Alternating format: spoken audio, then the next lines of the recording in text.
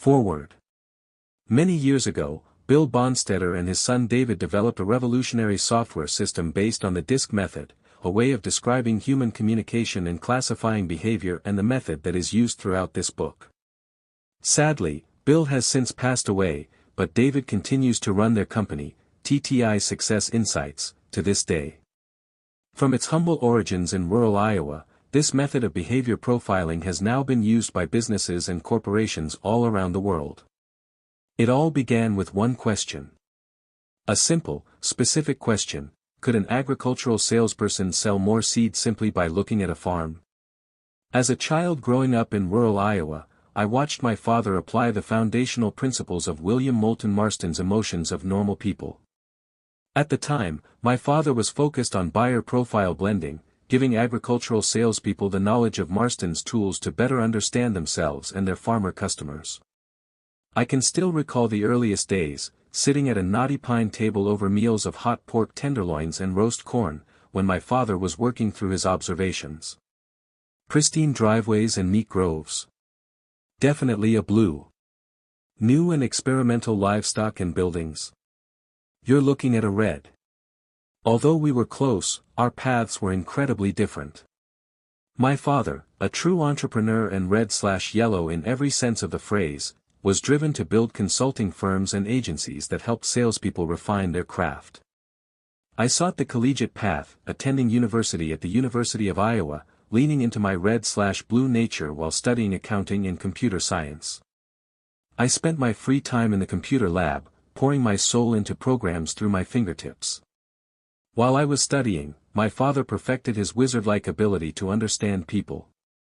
My father and I always remained close and spoke to each other most weeks, even though we were at different milestones in our lives. While I was studying at the University of Iowa, my father sat me down and asked me about contributing to his venture. He asked, "What if we could couple your ability to develop software with my ability to analyze human behavior?" I was ambitious, hungry for fun coding work, and proceeded to embark on the most exciting journey of my life.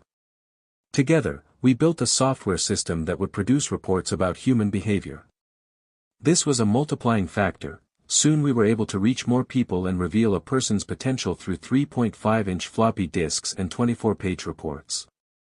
My father and I built a company, TTS Success Insights, in 1984 in Iowa to do just that.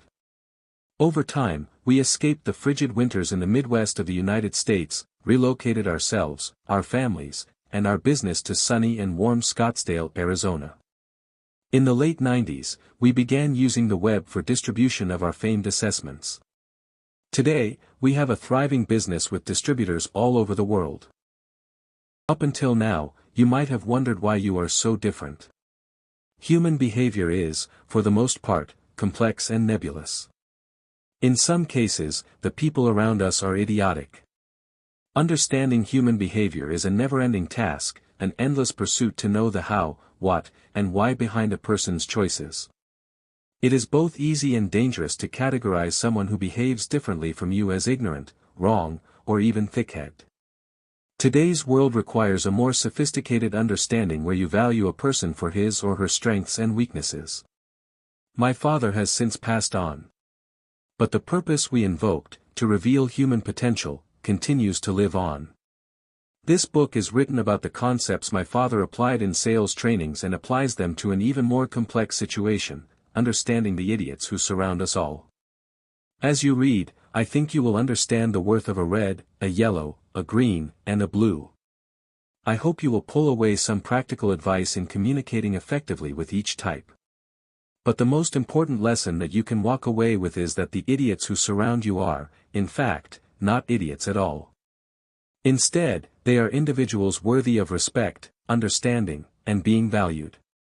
Anyone can use the frameworks outlined in this book to get ahead in the game of life. And look at it this way: if you don't understand and use the principles, you'll continue to be surrounded by idiots. And nobody wants that. Introduction.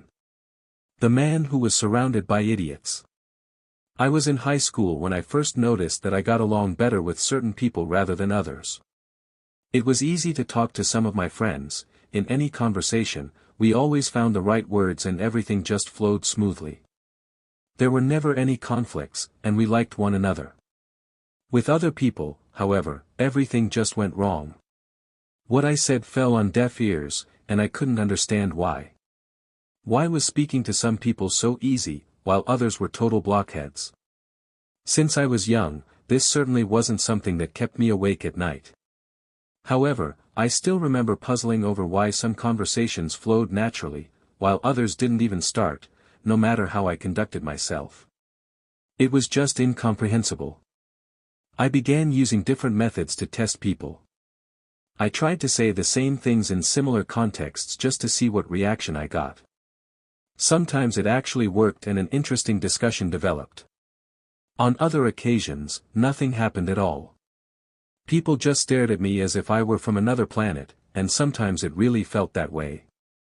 When we're young, we tend to think of things very simply.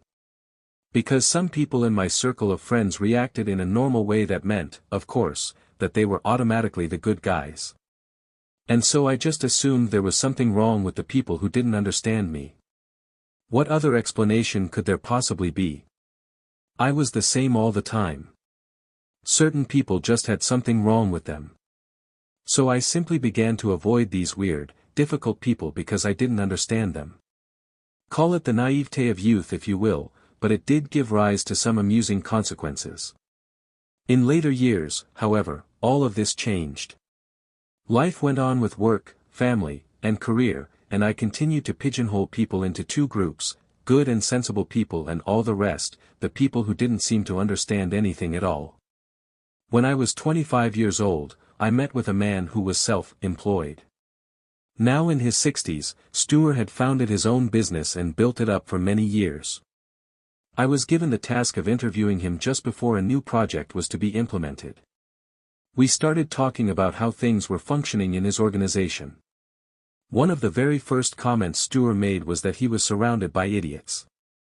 I remember laughing at the time because I thought it was a joke. But he truly meant what he said. His face turned crimson as he explained to me that the people working in Department A were complete idiots, every single one of them.